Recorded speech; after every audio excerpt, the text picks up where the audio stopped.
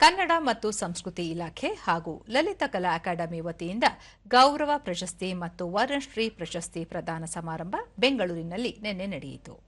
ಕನ್ನಡ ಮತ್ತು ಸಂಸ್ಕೃತಿ ಖಾತೆ ಸಚಿವ ಶಿವರಾಜ್ ಎಸ್ ತಂಗಡಗಿ ಪ್ರಶಸ್ತಿ ಪ್ರದಾನ ಮಾಡಿದರು. ಈ ವೇಳೆ ಹಿರಿಯ ಸಾಹಿತಿ ಬರಗೂರು ರಾಮಚಂದ್ರಪ್ಪ, ಲಲಿತ ಕಲಾ ಅಕಾಡೆಮಿ ಅಧ್ಯಕ್ಷ ಪಾಸಾ ಕುಮಾರ್, ಕನ್ನಡ ಮತ್ತು ಸಂಸ್ಕೃತಿ ಇಲಾಖೆ ಕಾರ್ಯದರ್ಶಿ ವೆಂಕಟೇಶ್, ಇಲಾಖೆ ನಿರ್ದೇಶಕರಾದ ಕೆಎಂ ಗಾಯತ್ರಿ ಮತ್ತಿತರರು ಉಪಸ್ಥಿತರಿದ್ದರು.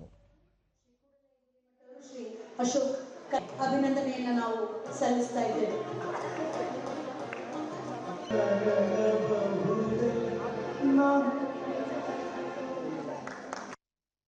ಬಳಿಕ ಶಿವರಾಜ್ ಎಸ್ ತಂಗಡಗಿ ಕಲೆ, ಸಂಸ್ಕೃತಿ ಹಾಗೂ ಸಾಹಿತ್ಯ ಆತ್ಮವಿದ್ದಂತೆ ನಾಡಿನ ಕೀರ್ತಿಗೆ ಇವುಗಳ ಕೊಡುಗೆ ಅಪಾರ.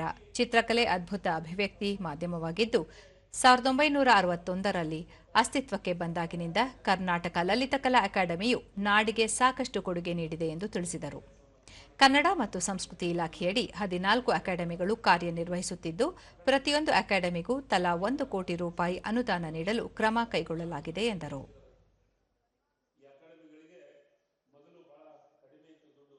ನಾವು 80 ಲಕ್ಷ ಕೊಡ್ತಾ ಇದ್ವಿ, ಆದ್ರೂ ಈಗ 80 ಲಕ್ಷ ಕೊಟ್ಟರು ಇನ್ನೂ ಕಡಿಮೆ ಆಗ್ತಾ ಇದೆ ಅನ್ನೋ ಮಾತನ್ನ ಹೇಳ್ತಾ ಇದ್ದಾರೆ. ಇನ್ನೂ ಸ್ವಲ್ಪ ಜಾಸ್ತಿ ಕೊಡಬೇಕು.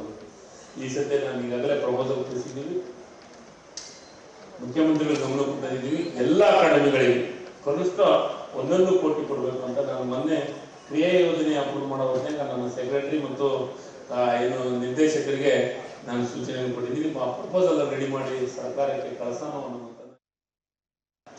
ಬರಗೂರು ರಾಮಚಂದ್ರಪ್ಪ, ಸಾಹಿತ್ಯ ಹಾಗೂ ಚಿತ್ರಕಲೆಗೆ ನಿಕಟ ಸಂಬಂಧವಿದ್ದು, ಅಕ್ಷರಲಿಪಿ ಹುಟ್ಟುವುದಕ್ಕೂ ಮೊದಲೇ ಚಿತ್ರಲಿಪಿ ಹುಟ್ಟಿತು. ಹೀಗಾಗಿ ಚಿತ್ರಕಲೆಗೆ ಇರುವ ಶಕ್ತಿ ಅಪಾರ ಎಂದು ಹೇಳಿದರು. ಅಕ್ಷರದ ಲಿಪಿ ಹುಟ್ಟೋದಕ್ಕಿಂತ ಮುಂಚೆನೇ ಚಿತ್ರಕಲೆ ಒಂದು ಸಂವಹನದ ಸಾಧನ ಆಗಿತ್ತು. ಅವಾಗ ಅಕ್ಷರಗಳೇ ಹುಟ್ಟಿರ್ಲಿಲ್ಲ.